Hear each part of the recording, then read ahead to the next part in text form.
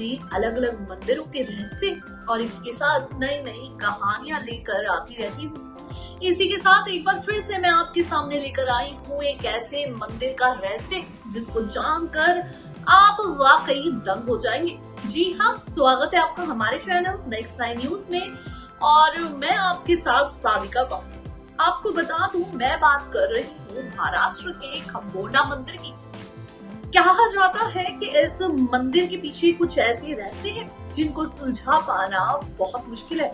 यहाँ तक कि इस मंदिर की एक ऐसी कहानी है जो गीता में भी लिखी गई है और इस मंदिर की इतनी बड़ी मान्यता है कि हर कोई अपनी मन्नत को पूरा करने यहाँ जरूर आता है।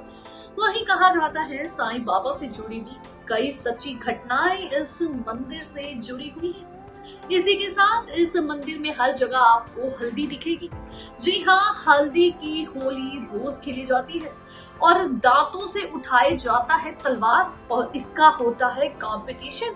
और दशहरा के वक्त तो मानो यहाँ पर बहुत ज्यादा भीड़ होती है, यहाँ तक कि बकरी की बलि भी चढ़ाई जाती है। कौन चढ़ाता है मंदिर में बकरे की बलि, लेकिन यहाँ के लोग चढ़ाते हैं। तो देखिए हमारी रिपोर्ट और जानिए खंबोडा मंदिर के रहस्यों के बारे में। भारत में ऐसे कई मंदिर हैं जो अपने आप में कोई ना कोई कहानी या रहस्य समेटे हुए हैं। ऐसे ही एक मंदिर महाराष्ट्र के पूना जिले में जेजुरी नामक नगर है। इसे खंबोडा मंदिर के नाम से जाना जाता है। मराठी में इसे खंडोबाची जेजुरा कहकर पुकारा जाता है। मंदिर एक छोटी सी पहाड़ी पर 718 मीटर की ऊंचाई पर स्थित है। यहाँ तक पहुँचने के लिए 200 के करीब सीढ़ियाँ चढ़नी पड़ती है। इस मंदिर को लेकर कई कहानियां प्रचलित हैं जो आपको हैरान कर देगी। बता दें, इस मंदिर में विराजमान देवता को भगवान खंडोबा कहा जाता है। वहीं उन्हें मातृदंड भैरव और मल्हारी जैसे अन्य नामों से भी जाना जाता है, जो भगवान शिव का ही दूसरा रूप है। भगवान खंडोबा की मूर्ति घोड़े की सवारी करते हुए एक योद्धा के रूप में है। वहीं उनके हाथ में राक्षसों को मारने के लिए एक बड़ी सी तलवार यानी घड़क है। खंडोबा मंदिर मुख्य रूप से 2 भागों में विभाजित है।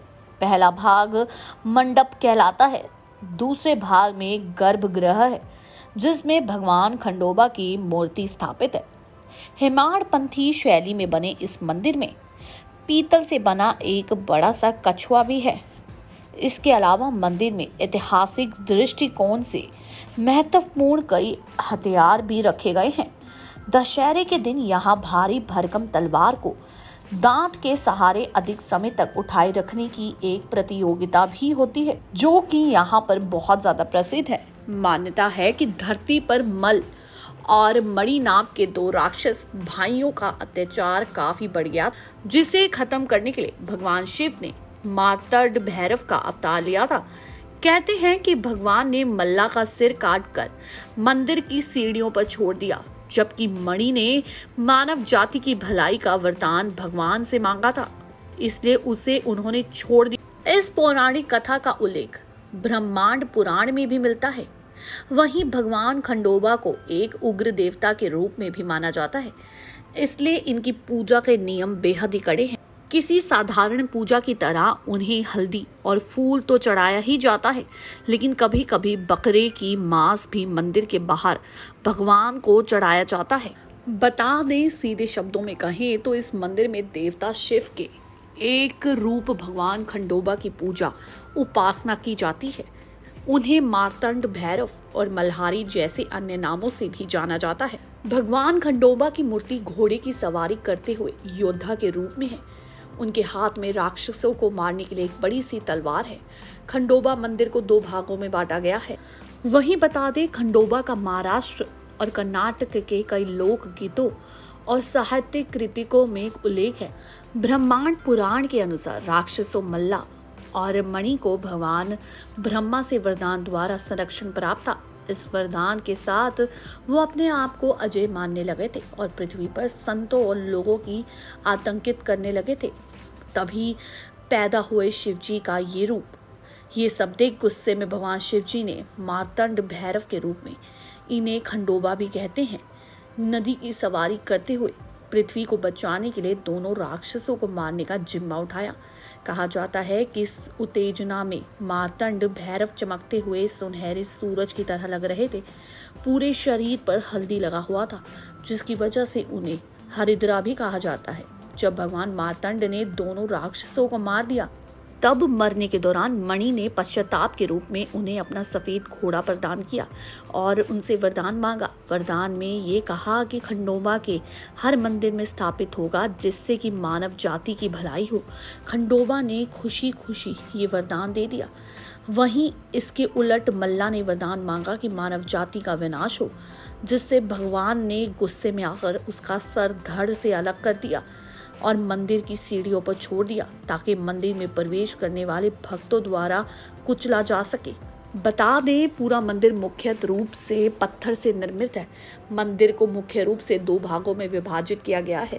पहला भाग मंडप कहलाता है, जहां श्रद्धालु एकत्रित होकर पूजा, भजन इत्यादि में भाग लेते हैं, जबकि दूसरा भाग गर्भगृह, जहां खंडोबा की चित्ताकर्षक प्रतिमा विद्यमान है। मंदिर के हर कदम पर हल्दी का छिड़काव किया गया है।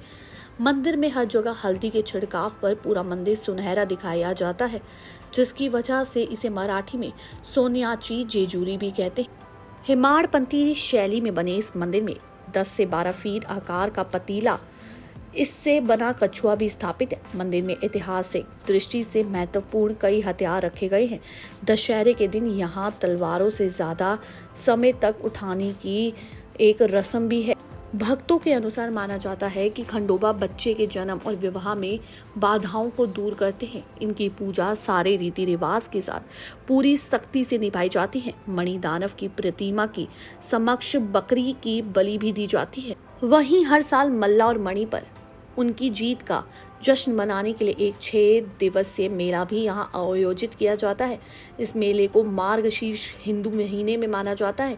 अंतिम दिन को चंपा षष्ठी कहा जाता है और इस दिन भक्तगण भगवान के लिए व्रत रखते हैं और यहाँ पर मान्यता है कि व्रत रखने से सबकी मनोकामनाएं पूर्ण होती है। जी हाँ, लोग दूर दूर से यहाँ पर दर्शन के लिए आते हैं। जितना खूबसूरत ये मंदिर है, उतनी खूबसूरत इसकी रस्में हैं। रोज यहाँ पे कुछ न कुछ नया होता है। यहाँ पे एक पतीला है, जहाँ पे बहुत बड़ा कछुआ भी है। जी हाँ, वहीं इसी के साथ आपको बता दूं, कहा जाता है तो ये मंदिर शिव जी का, लेकिन ये शिव जी का एक नया रूप है, जो सिर्फ और सिर्फ राक्षसों का संहार करने के लिए बना था, जो रूप है खम्बोंडा। वहीं दूसरी तरफ कहा जाता है कि यहाँ की मान्यताएं ऐसी हैं कि लोग कुछ भी मांग ले, वो खाली हाथ यहाँ से नहीं जाते।